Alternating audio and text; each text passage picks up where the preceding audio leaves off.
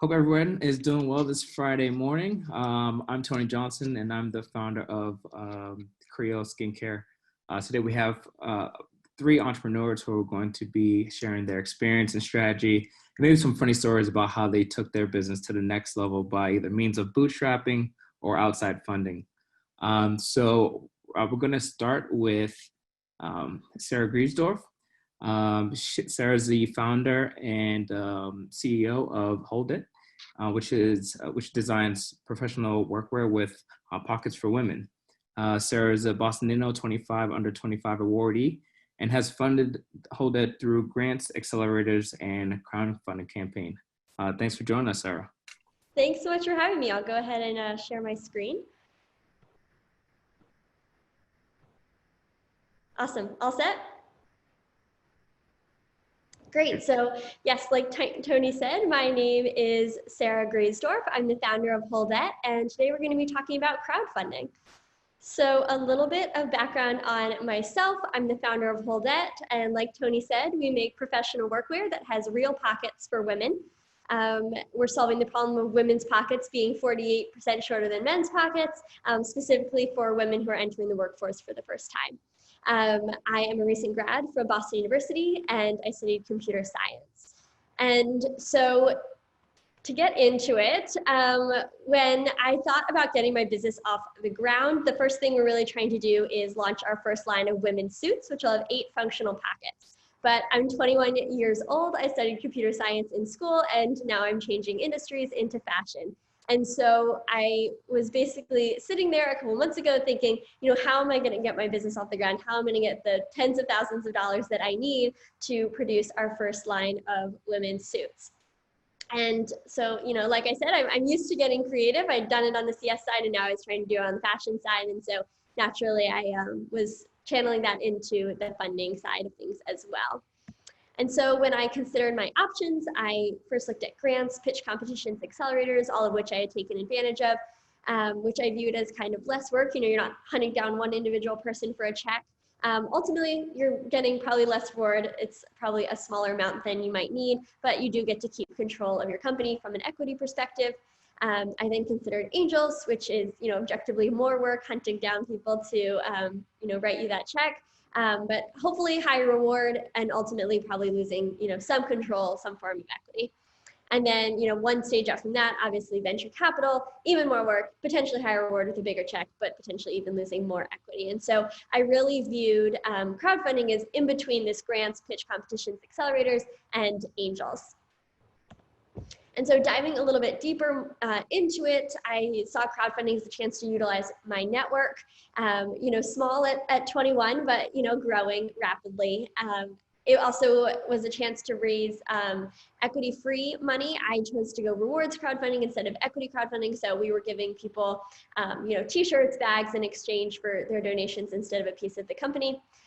Assuming all went well with the campaign, I was able to raise exactly as much as I needed, assuming we were able to hit our goal, and know that I had all the money that I needed to produce our first line.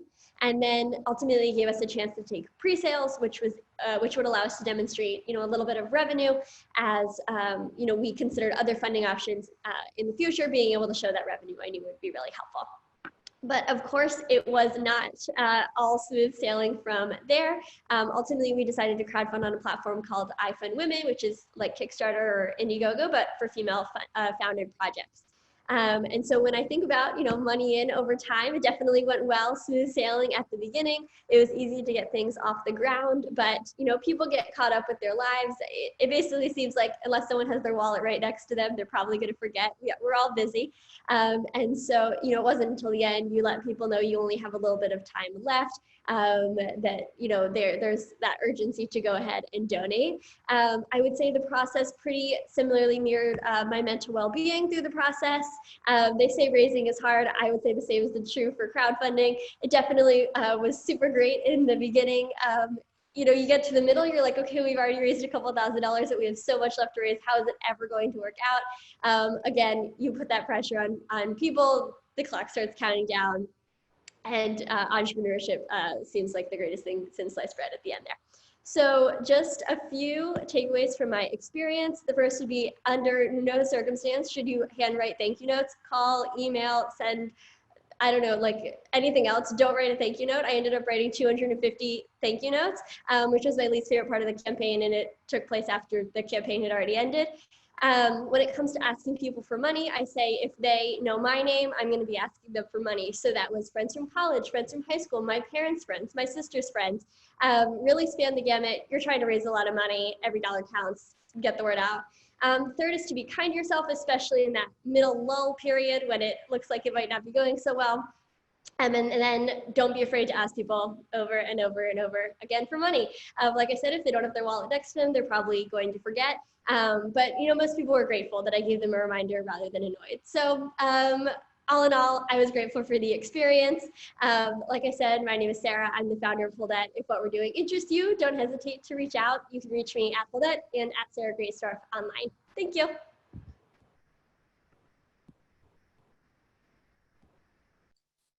Awesome. Thank you, Sarah. Now, are there any questions that came in here? You can always send in your questions. We got 5 minutes to ask Sarah some questions, but if not, I have a few for you. So what was your biggest takeaway from your experience with the iFund Women platform? Yeah, I would highly recommend for other female founders to utilize the iFund Women platform. They provide a tremendous amount of support that was more than I had seen from other crowdfunding platforms. They have a Slack group full of founders who are going through the same things that you are. They're there, that are there to support you. They also reinvest 20% of the money that they get back from crowdfunding fees into the campaigns that are on their platform. So they're really practicing what they preach. And overall, it was a really great experience. They have a great team over there. That's awesome. And how have you had to pivot your business over the past few months? Transitioning the Zoom, GoToMeetings, Google Hangouts, and that nature. Sure. So our team has always been remote, so it wasn't a huge transition on that front for us. But when it came to our actual product offering back in April, we launched a online community called Back Pocket because we're equipping women with resources that they can always keep in their back pocket, really targeted at college age and recent grad women who basically in this time of their lives where they're trying to, potentially move to a new city, graduate college, make all these new friends, we're now being forced to be at home. So we basically thought, what if instead of making less connections, we were able to make more? So we launched a Slack community. There are about 300 women in the group now. And that's been a really great kind of addition to build up our community while everybody's been at home. That's awesome. Good. And, can you take us through what led you to the decision to crowdfund instead of, bootstrapping, using VC funding? What was your mindset? What were your thoughts? Yeah, it just seemed like the most kind of approachable, get off the ground kind of option. I think, ultimately down the road, we're definitely going to be considering angel funding, but I didn't need that much money to get off the ground to the point that I needed to be at. And so it was a good kind of stepping stone for our business at the time. All right. And lastly, can you share your moments when you saw the support from the crowdfunding campaign, and how that helped you shape your business and how you moved forward? Yeah, I was really overwhelmed by the amount of support that we got. We had, our page is still live on iFund Women, so you can see, but we have 300 donors, and to think that that many people believe in my business, even $5 to $1,000 at all levels, people were there saying like, this is an idea that I believe in, and I'm excited to see it come to life. And you have conversations with people, they're like, oh, that's a good idea, but to know that people were putting their money where their mouth is, so to speak, it was definitely empowering. All right, I think we have a question here. Hi, everyone. This is from Jocelyn Kraus. Hi, everyone. Sarah. How did you plan out your marketing, social media, email strategy for the crowdfunding campaign? Yeah, great question. That was huge. I think the biggest thing that we did, so we definitely like had emails going out, reminding people to donate. Another thing that I would highly recommend is once people donated, we email them, saying thank you, and then giving them a graphic that they themselves could share to get the word out further. So we, followed up with that a couple times, and then the way it works on iPhone Women is you basically like launch your campaign to friends and family and then like to the public a week later. And so basically everyone who had donated during that first week did that big push on the next Friday when we like went public. And so I think we raised like an additional $6,000 just in that one day from everybody doing the big push out. But yeah, we've always been active on Instagram. So we did like a countdown, which is, you can still see it on our feed. And so we did a countdown when it started to be public. And then we did another countdown at the end just to remind people that it was ending. But a lot of the, actually getting people to donate was, a lot of texting, emailing, one-on-one. I found that worked way better than just like a broad message to everybody. People like to feel, special and like you're thinking about them. So the one-on-one connection was definitely the most beneficial for actually driving donations. Awesome. So we have about 40 seconds left. Are there any other questions for Sarah? I think I see one here from Joe Powers. And this is for, I guess this is for all. But to all panelists, how helpful and essential were the crowdfunding supporters and the feedback, the customer feedback as well? Yeah, so super. The way that we've kind of done it is everyone who bought a suit has been put onto an email list, and we send them updates every couple of weeks with how the suit is doing. Obviously, we've had slowdowns due to Corona, but it's important to keep your customers updated. So we update them. They were basically how we picked what color we were going to launch in to start. They helped us with like figuring out the size distribution for what sizes we were going to order more of, and have definitely been integral along the way, especially for getting the word out about it. So we try to keep them very heavily engaged in all that we're doing, and probably will continue to, as they're like now our founding group of people who really believed in us before there was even really a product. And so I expect we're going to keep them really engaged, even as we continue to launch more products in the future. All right. Thanks, Sarah. Much appreciated, and good luck for the rest of your endeavors and throughout 2020 as well. All right, so next we are going to go to Aaron. Aaron is the COO and co-founder of NonSpect.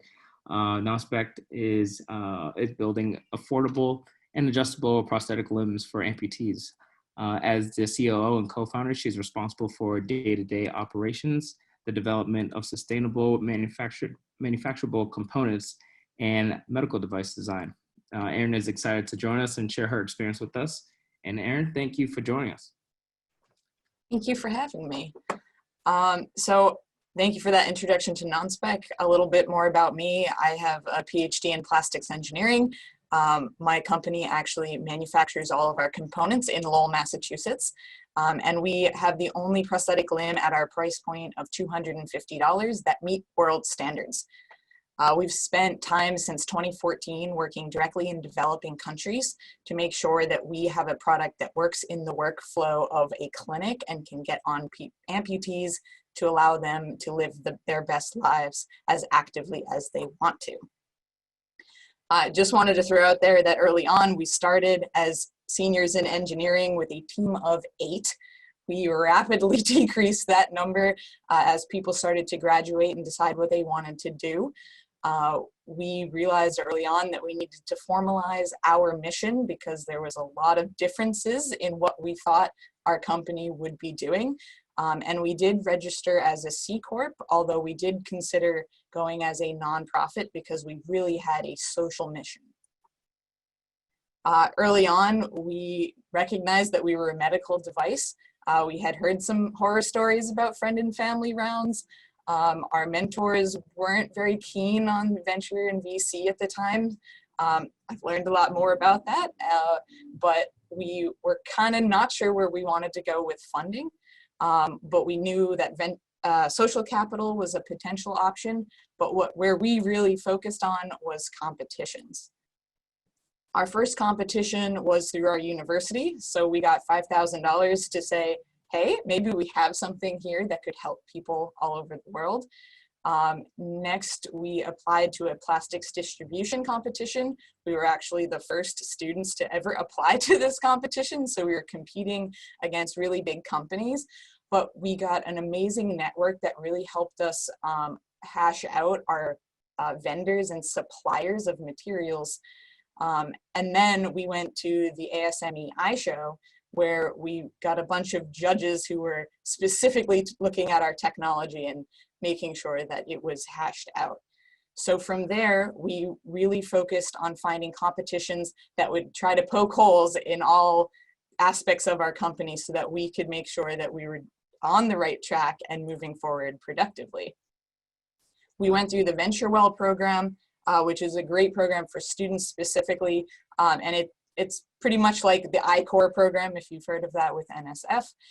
So it really focuses you on talking to your customers, and as a team of engineers, it was our intro to fundamentals of business. We really hashed out our business model and got to figure out how to focus and explain to others what we were doing. And then we also took advantage of the Mass Life Sciences Intern Challenge, which allowed us to get reimbursed for hiring a little bit of manpower, which was awesome, or people power. Then we went through Mass Challenge Boston. That was an incredible experience. It was basically like running 2 years of our company in only 4 months. We had amazing mentors that pushed us into sales, and it really started propelling us forward and made us recognize that we needed to expand our network more into the international realm. We needed to find people who had experience distributing in developing countries, and specifically on analyzing social impact. So we went through several international competitions. We went through ones that had us actually work in clinic with amputees, and so we were able to really hash out more of our product and our project, but this really allowed us to gather the network that we needed to move forward. And these also got us to travel the world a little bit more, which is very exciting. It opened up a lot of new avenues for us. So the benefits of competition is that for the most part, they're equity free. So my co-founder and I almost own the entirety of our company, even 6 years down the road. It got us a lot of recognition and promotion because we're really bad at social media. So we needed all the help we could get. And it really helped our team stay in sync because we were pitching all the time and staying on the same vision. The challenges are that not all the questions that are asked in every application are the same. In fact, they're always slightly different. So you have to do a lot of tailoring. It can be quite time consuming. And more they're asking for videos of very specific things. So you have to do a lot of editing. And unfortunately, sometimes you'll submit something and by the time you hear back, you've already pivoted. So sometimes it really can drive you from your main focus. But I just wanted to throw up here a lot of the opportunities that we took advantage of for those of you who are thinking that some of these would be good for you. And I look forward to answering any questions. Awesome. Thank you, Erin, for that presentation. Right now we have a question here from Nancy Nunez. How many years did you have to stay in fundraising phase and programs? We technically are always fundraising. I think that's one of the other sides of competitions. It's really dependent on what's open at any given point in time and what the potential outcomes are. So some we do for the network, not because we're going to make a lot of money.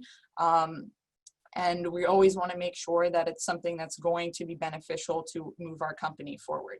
So the downside is that, yes, if we had gone to VC funding, we probably would be able to move a lot quicker and also have more of a larger full-time team. All right. We have a question from Gerald Shapiro. How much money did you raise, and how did you pay for the FDA clearance to sell?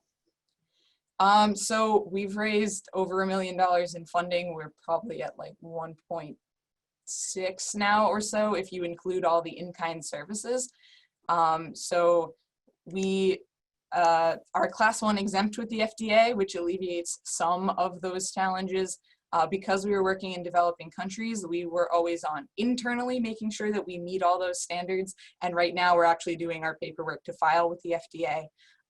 We also got the Patent for Humanities Award actually just last week. So that's also going to allow us to submit a second patent and a free rush on that, which is exciting. So we can potentially drive our second product a little bit more and then get that through the FDA as well.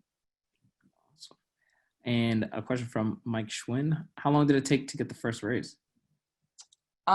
So the interesting part about competitions is it's mostly tied to your presentation. So we like to say, well, we've made 50 grand in 5 minutes, which is exciting when you hear it that way, but obviously there's a lot more work that goes into it. So we pretty much were doing 1 or 2 competitions a year that were really targeted at different pieces of our business model. And we're still continuing to look for opportunities, but also considering larger forms of funding. So I guess to kind of piggyback on that, so how did you find those competitions? A lot of researching. We definitely used our interns to start searching keywords about what we cared about to try to dive into. A lot of times we'd find something and we're like, oh, we missed it. So we'd put it on the calendar for next year, keep appraised of when the applications are going to open, and a little bit about what you need to submit. So a lot of times you'll need like a reference letter. So you want to have a handful of people who are ready to jump at that anytime to just edit a letter that you've helped create. You got to do a lot of work there so that they're ready to support you and that you don't have anything that's past the deadline because of something you missed. And can you tell us some of the decision making that you had when you were finding these, these funding partners, and what were your mindset? Yeah, so the first thing we would look at is what they want to see in a company, and if they care about impact versus just having a solid business model. And we tried to make sure we were reaching ones that were a hybrid of both of those, because that's what we cared about as a company. We also were considering timeline, how much potential output you could get. So not only funding, but mentoring. And we had to, there's kind of a go, no go for every competition that you kind of run the gamut of. Okay. And a question from Xianxi Huang. Would you continue improving your product or have different products? Do you have a long-term plan for growth? Yes, of course we do. So I'll say when we went through VentureWell, we were like, okay, we have an adjustable prosthetic limb. We're going to run a nonprofit on the side, and it's going to be a buy one, give one model. And we had all these things, and they taught us how to focus and present exactly what we needed to get, to show to people so that we could get what we needed. But none of that stuff fell away. We put it all sort of on the back burner, and we've been plugging away at that. So we have a new technology coming down the line that uses old cell phone camera pictures of patients' limb in a 360, and it uses AI to develop the perfect socket. It can be thermoformed right in the clinic, and our ideal goal is to get that mobile. So we have a lot of cool things coming down the pipeline. Wow. That's pretty cool. Another question from Murph McKinnon. I know it's hard to say no to funding when you're bootstrapping, but did you not accept any funding? So if we were offered funding, we took it, but that is because we pre-vetted what any competition would take. So we knew ahead of time what any of the stakes were. So we have not gone through anything that's taken equity for small fry prize money, if as it would be. We have had some challenges where we couldn't really accept money, especially with some of the international competitions, because we didn't have the right kind of bank account, and there were some challenges there where the money was really delayed coming in. But for the most part, the pre-vetting is very important for that process. All right. And right on time. Thank you so much for that. And good luck with the rest of 2020 and the remaining prospects of just what you're doing is awesome. So thank you. Thank you. All right. And now we're going to move on to Martine Mango. Martine is the founder and CEO of Seedbox Digital, an integrated full-service digital marketing agency. Previous to her ventures, Martine was the digital director at the Massachusetts Cannabis Control Commission, where she oversaw a digital strategy, including branding and communications. Thank you, Martine. And, it's a pleasure to have you. Thank you for having me. I'm going to try my best to keep this under 5 minutes. I have a timer here, so here we go. My name is Martine Mango. As you just stated, I am the co-founder and CEO of Seedbox Digital, which is an online, fully integrated, full-service marketing agency. I'm a Boston College grad, class of 2006, whoop, whoop, and shout out to all the startups, but especially the people that are bootstrapping. So just a quick background about myself. I've actually spent the past 15 years working as a marketing practitioner. But before I kind of get started in funding, I want to talk about why or how I set my foundational pieces before I even started Seedbox Digital. Seedbox is actually the third company that I've co-founded. And what I did, in essence, is I spent the last 15 years bouncing around to a bunch of different companies to gain as much information as possible, and particularly corporate entities. I actually started my career as an intern for the Mayor's Office of Homeland Security, where I was a speechwriter. So I'm going to get back to that later, because as a marketer, any business, as you guys know, should be practicing marketing and public relations. So as you know, content is king, but I'll get back to that later. After that, I transitioned to a company called Buzz Agent, which at the time, they were #1 in the world for their brand of marketing, which was word of mouth. And that was really the crux for me to pivot into marketing, because I was hooked. And I said, what is that? But I didn't just work as a communications manager while I was there. I spent time visiting all of the departments. I said, what spreadsheets are you guys using? What programs, platforms, what in the world is WordPress? And that really kind of opened the door for me. And I knew that there was kind of a glass ceiling, and they already had an art department. So I said, all right, well, what do I need to do? Because my ultimate goal is to open up my own marketing agency. So I need to know this from the top to bottom. So I transitioned out of there. And I actually worked in banking for 4 years. And banking is really interesting to work for it, because no one knows their audience than an entity that has been around for 119 years.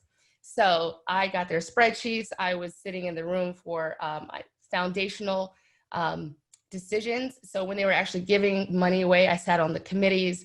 And fast forward, because I'm already talking for 2 minutes, I worked as a digital director for the state. And that was my first exposure into RFQs, RFPs, the entire process. And really what people are looking for, municipalities and government entities, grants and things of that nature. So all of that information really kind of helped to equip me personally to venture off and start my own business. And so as far as funding goes, what I have done is just bootstrapped. And although it's a marketing agency, there are a lot of overhead costs still. As you guys know, there was a huge pivot to video in 2017. And just a little background for all the companies out there, it actually takes 7 impressions to create a memory and 21 touch points for people to remember your brand. So in knowing that, I think that those are important. Aaron had mentioned, I think there was a question earlier about what people do for marketing and how important it is. I think that those are some important stats for you guys to know.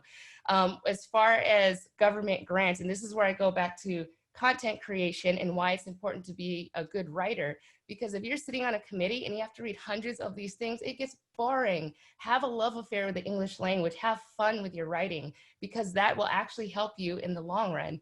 The difference I learned between RFQ and RFP in some cases is $150,000. So knowing that, that really kind of helped to equip me to understand like what exactly I need to apply for and how to develop language for those things, and really just kind of understand what people are looking for at the end of it.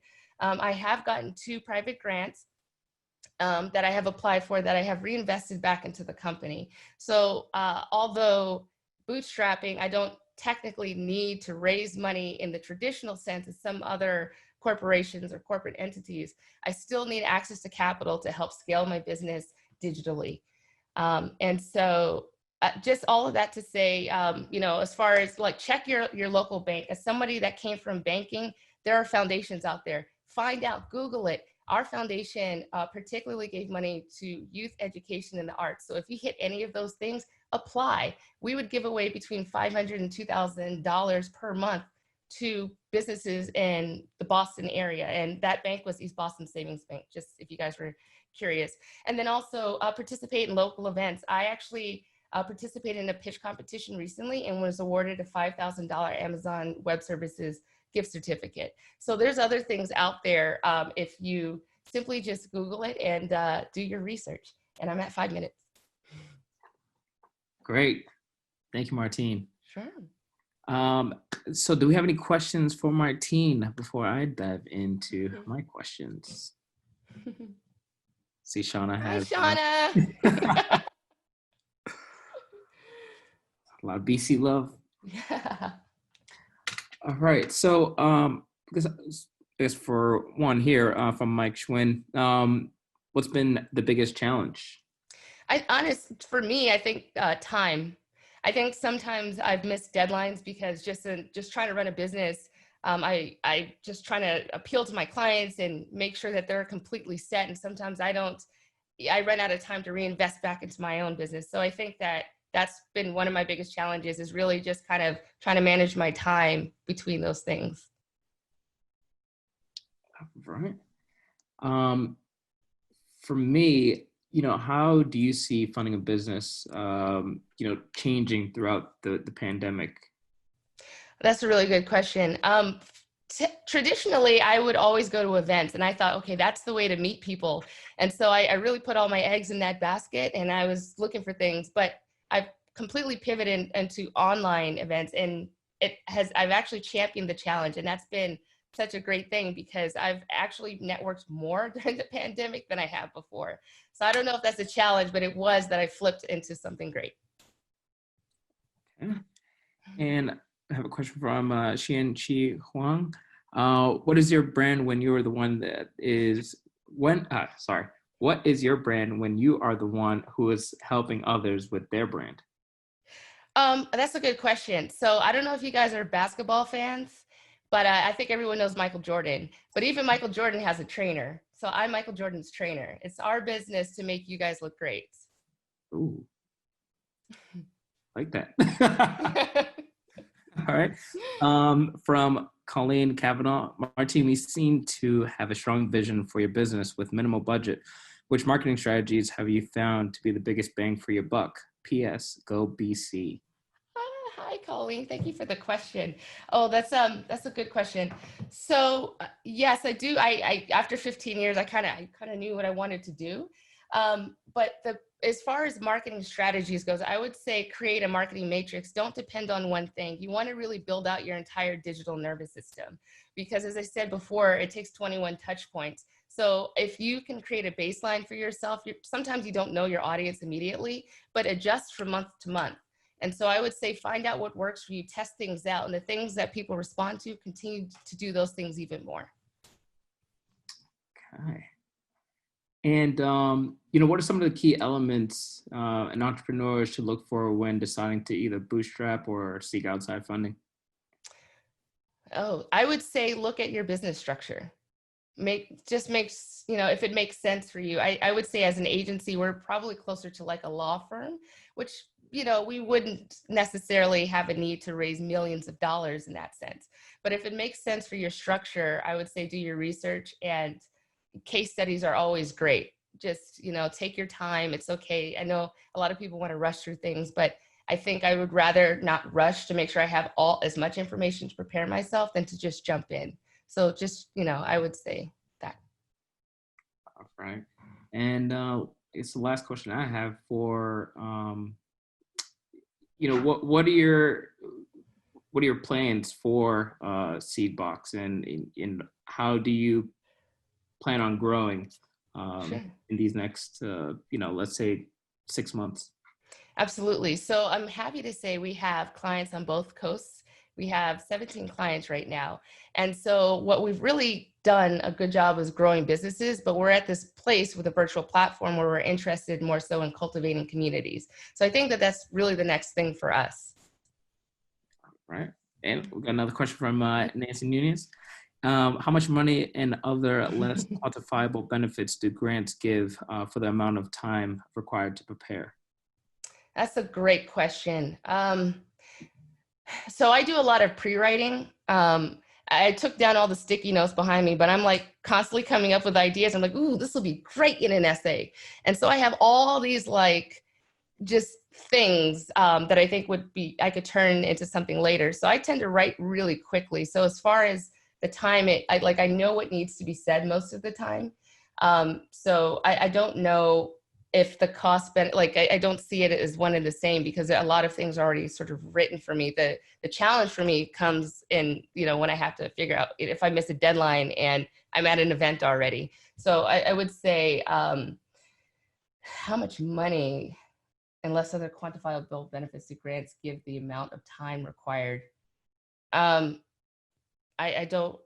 really don't know how to really answer that question. I'm sorry.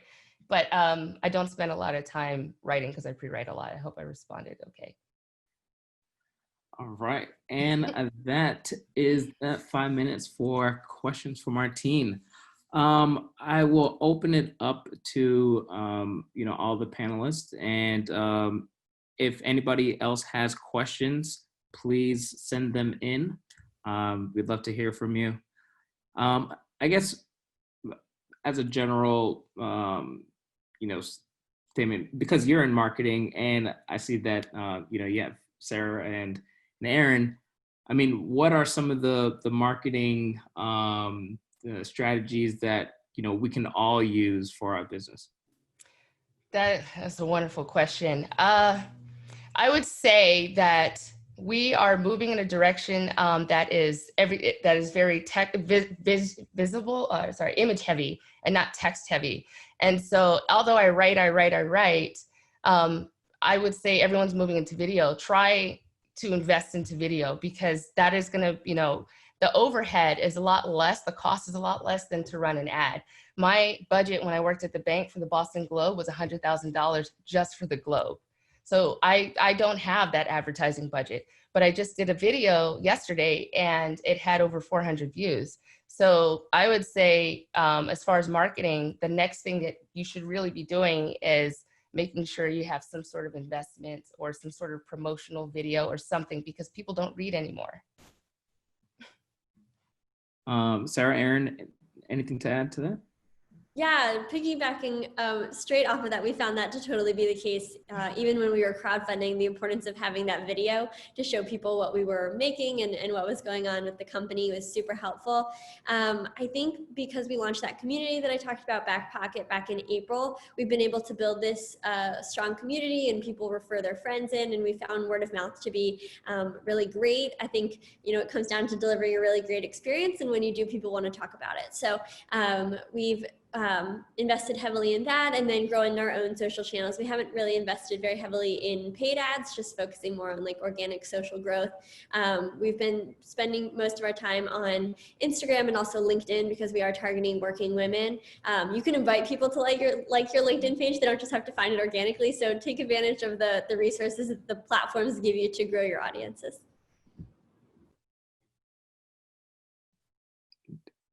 All right. And Aaron, anything? So on the marketing side of things, we're a medical device that sells directly to clinics. So we're not kind of out there for necessarily the whole population. We've had a lot of people be like, oh, why aren't you doing a crowdfunding thing? And we're like, because it's really hard to target the people who would be able to give money for what we do. So we've just spent a lot of time making sure that we're strategizing so that whatever we're endeavoring in is going to drive us forward.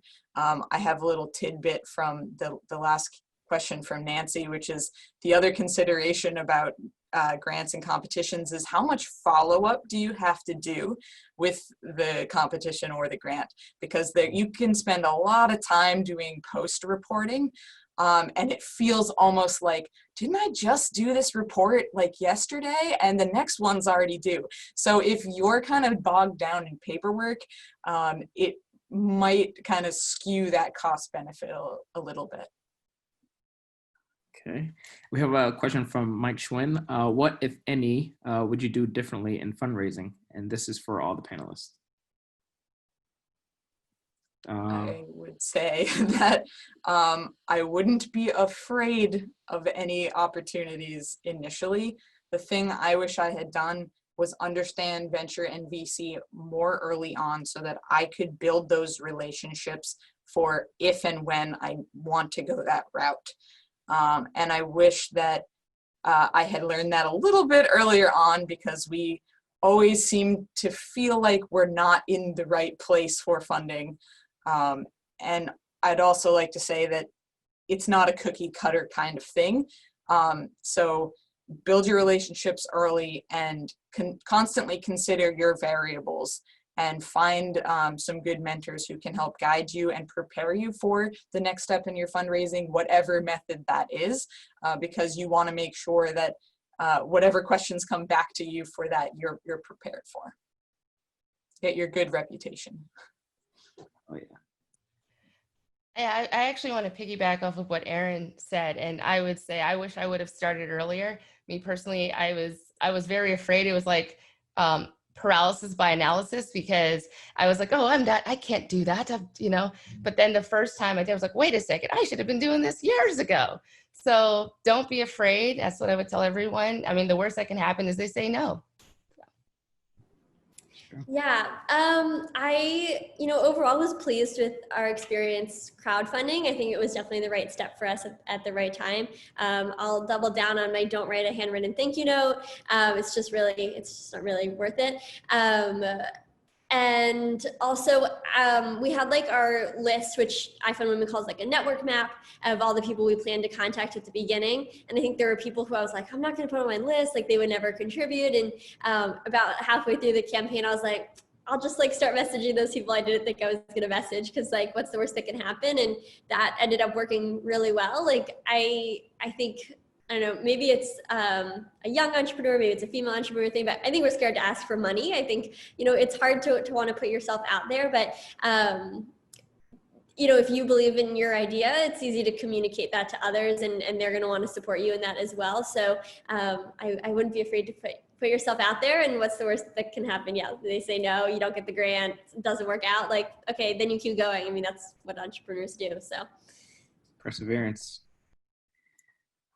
So one question I have, most entrepreneurs, they wear many different hats, and, what's been the most important skill set that you've gained throughout, either crowdfunding, VC, or, just searching for how to fund your business? This is for all three of you. If you could answer that, that would be awesome. Okay, so I'll start. I think the biggest thing that I've gained or learned is confidence. I think that once, at first you're not sure how things go, but then once you get those first couple of grants, it's, you start to find your mojo. So I think that was the biggest thing I learned, is I gained a lot of confidence through this process. I would say we definitely figured out the strengths of different team members. So as much as I enjoy pitching and I can do it successfully, my co-founder the CEO has a different energy and different focus when he presents. So sometimes it's great to have him on stage, because he'll go 100 miles an hour and tell you everything you need to know and be very passionate about it. And sometimes they need me on stage because I can clearly and more slowly explain what needs to get across. So we've really figured out how to leverage each of our skills as we pursue different funding opportunities.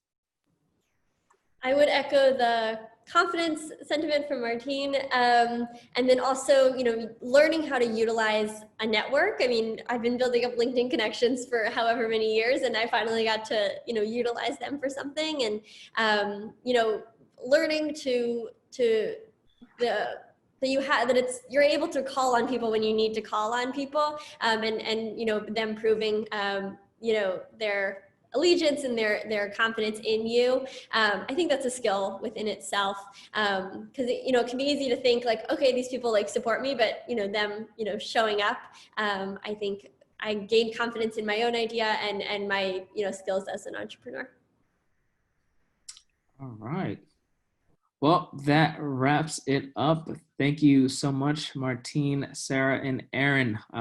We wish you all the best throughout the rest of 2020 and the success of your business and beyond. So just, keep pushing, and we'd love to see, you succeed and seeing what happens in the future. So thank you again.